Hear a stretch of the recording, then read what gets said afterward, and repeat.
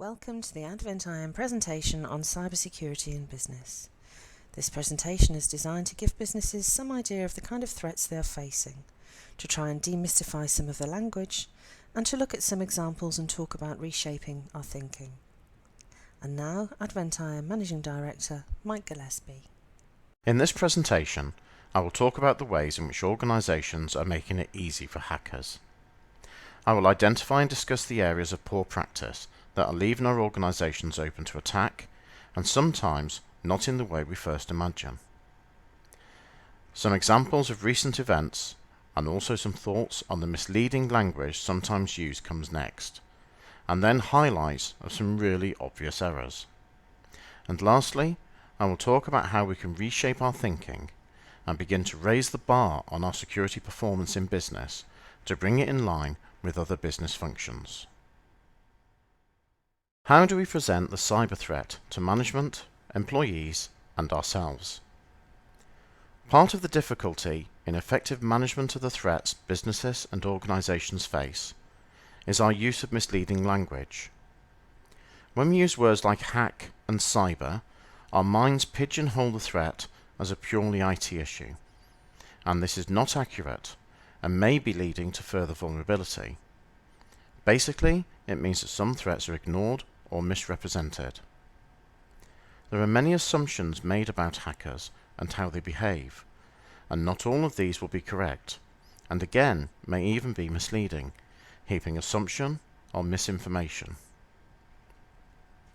They don't always have high-level skill sets, or at least the initial attack may not require them.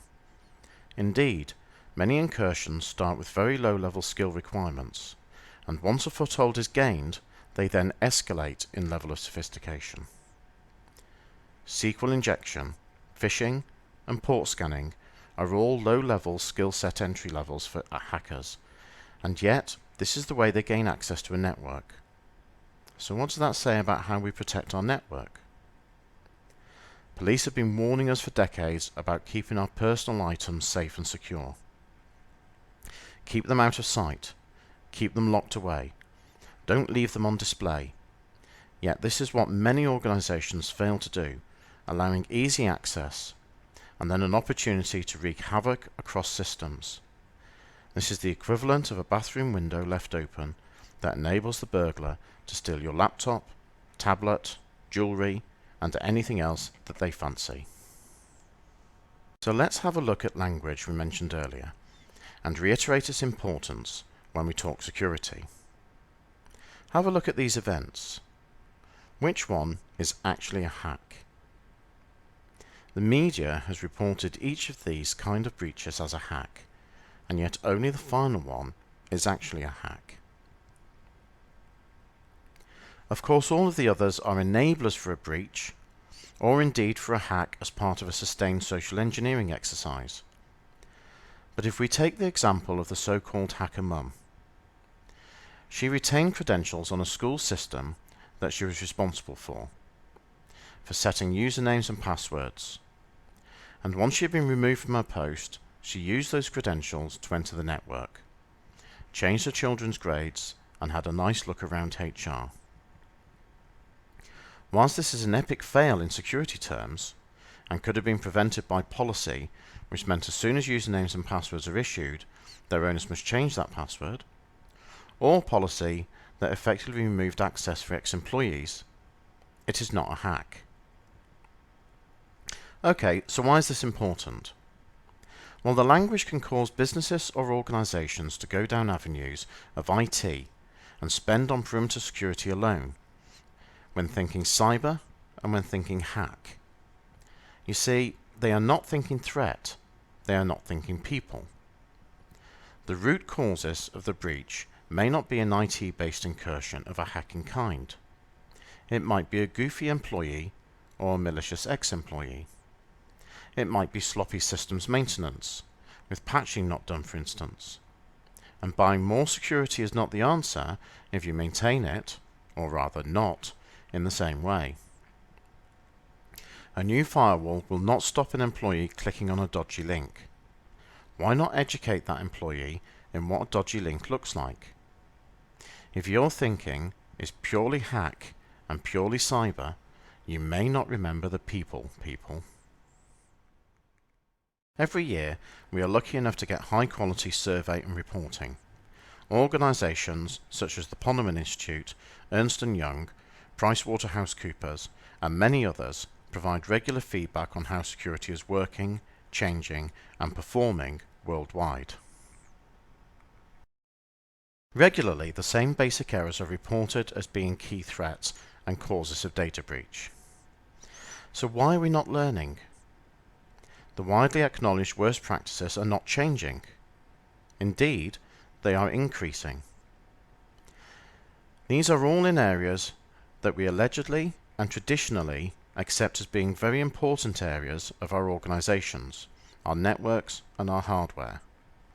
If we handle these as badly as we seem to, then what about the areas we have not yet realized are a threat, like IP security systems, unpatched and unfirewalled, inviting cyber criminals to cripple us with a moment's notice? So while we struggle to get to grips with, in some cases, rudimentary security, our threat actors and sources are proliferating and intensifying. They are more, and they are better armed, and in some cases, better skilled. The trouble is we are not responding quickly or effectively enough, because business does not view security as a business issue frequently enough. This means it does not get percolated through organizations from C-level in the way that, for example, HR does. Many organizations do not have a security voice in the boardroom, and so the lack of coherent management strategy and the misconception that security is either an IT or a manned guarding issue leaves us wide open to exploitation. Of course, we acknowledge that hacking happens, but according to Verizon, at least 35% of breaches have some kind of physical preamble, and 76% utilize weak or stolen credentials. This is so basic and so easy to put right, but like everything else on the 2012 list, we don't seem to be doing it. Calling this a cyber attack or a hack is very misleading, and it allows people to think it is an IT issue and ignore the part that everyone plays in good security. Looking at the methods here, we can see visitors hanging around a reception desk. Should they be there? What can they observe or overlook or hear? Login details handily written on post-it notes, easily copied or stolen. Poor hygiene in areas such as firewalls and antivirus. And the old favourite, and criminal favourite, phishing and spear phishing. All of these can enable a hack, and yet we place the greatest resource behind the IT bit rather than educate people to try and prevent it getting that far. Horse, stable, door, after. Once an attacker has a foothold on a network, by gaining entrance in one of these ways, the attack will most likely become more technical and more invasive. It is also probable that the entire network will be compromised. So yes, hacking does happen, of course, but it is through an exploitation of our weak processes and procedures that we expose ourselves to the most risk, and the escalation of risk once an incursion has happened. The weakest point will be accessed, and then the whole network can be compromised as the attack becomes increasingly sophisticated and widespread. Other threats to our networks exist through take-up of practices without proper policy or real understanding of the risk involved. The rush to bring your own device as a money saver and means to attract those demanding a more flexible approach to work has proven to be one of those areas. Employees choosing to use their own device on an employer network is increasing, in some cases without the employer even being aware of it. So every day we are reading about new applications, rogue apps that run programs in the background, unnoticed and unapproved by the user, scalping data and taking it to who knows where and for who knows what purpose. And we are letting employees use these devices on our networks because it's cheaper than replacing PCs. This really does seem like a rather short-sighted approach. Well, cavalier really. According to research from Ovum, 80% of bring your own device goes unmanaged. Picture that, 80% of bring your own device. Nearly half of the IT departments they surveyed said they had a don't ask, don't tell towards bring your own device. If that doesn't terrify some chief execs, I don't know what will. Of course, if they don't know about it, because no one is in the boardroom to tell them, and they don't know that they are under the biggest threat they have ever faced, and that that threat comes from their employees, well.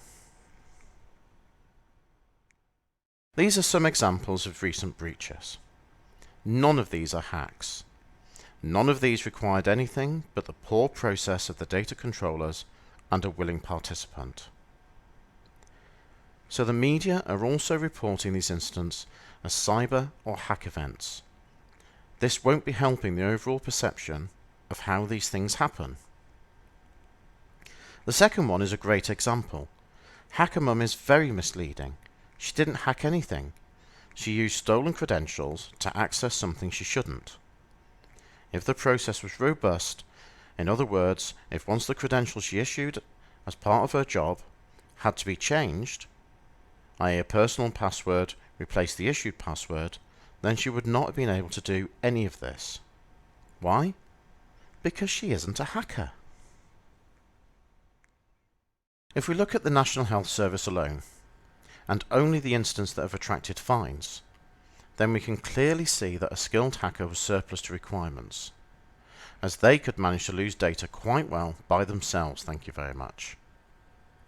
When we look at the kind of incidents that have happened, the warning for how we build and enforce policies should become clear. Our cyber policy and activity is part of a much broader information policy requirement. One of those data loss opportunities mentioned was loss of data on data sticks and portable media. It was one of the top NHS breach enablers. Here we can see that a huge proportion of people are carrying sensitive data around on these devices, and an equally huge proportion do absolutely no data protection activity whatsoever. So it's not really rocket science, is it? Added to the fact that mobile devices are a major contributor to data loss, the bring your own device issue we discussed earlier arises again. And those are the devices we know about. What about the ones we don't know about? What data is sitting on them? If it is someone's own device and it is lost or compromised, will they inform their employer of the data loss? Can you see how the problem needs the business to be all over it right from the start? Can you also see why it is no use expecting IT to cope with all of this? And can you additionally see how having robust policies around this, policies that are dictated by an organisation's risk appetite and the agenda set by the board, would be an enabler for secure growth as opposed to gambling with security in this way? By a board-led culture of secure behaviour, an organisation will transform. Pertinent processes and policies will contain employee behaviour. Training and employee buy-in will bring about a paradigm shift, and security will be a part of what everyone does. That means that the cold hard cash spent on systems and software can get on and do what it's designed to do, and good culture and hygiene means it will be patched and otherwise properly maintained as a matter of course.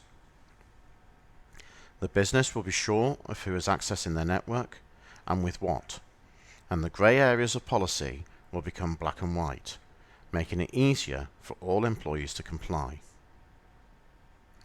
Currently, almost half of organisations do not discuss information security in the boardroom. Can you envisage the same amount saying they do not discuss finance in the boardroom? Less than 40% have their information security aligned with their risk appetite. This is something that a board would instantly recognise as error. Security is all about managing risk, so how can information security not be aligned to risk appetite and still be effective? By contrast, look at the proportion that has it aligned to IT strategy. Are we beginning to see the problem? Given everything we've just looked at, none of this will surprise you. Again, an overwhelming majority place information security with information technology in terms of responsibility. IT can look after IT, and IT can look after IT security, of course. But what about the rest of the information? Remember those NHS breaches that had nothing to do with IT? Remember the hack examples that had nothing to do with the hackers? Again, I hope the penny is dropping.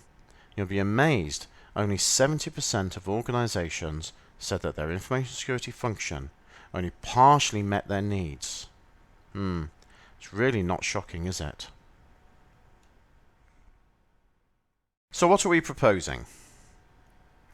What we are proposing is that business takes the security blinkers off and stops talking IT, cyber, and hack as if oranges are the only fruit.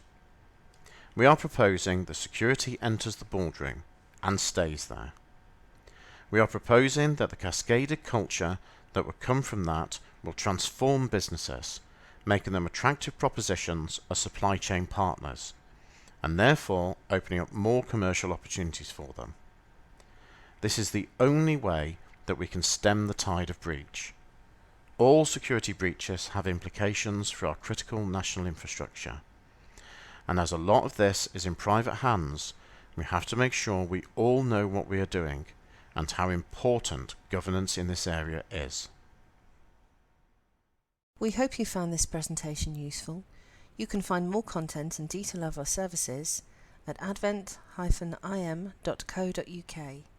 or you can call us on 0121 559 6699.